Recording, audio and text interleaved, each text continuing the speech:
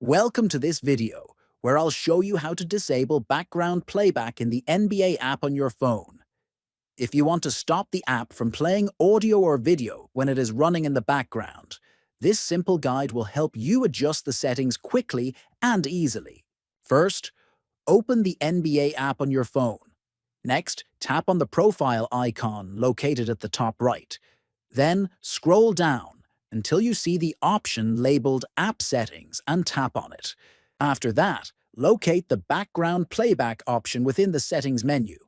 Once you find Background Playback, tap on it to see the available choices.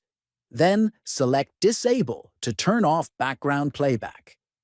This will stop the app from continuing to play video or audio when you switch to other apps or lock your phone.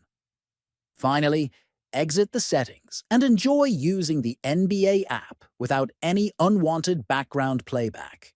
Thanks for watching.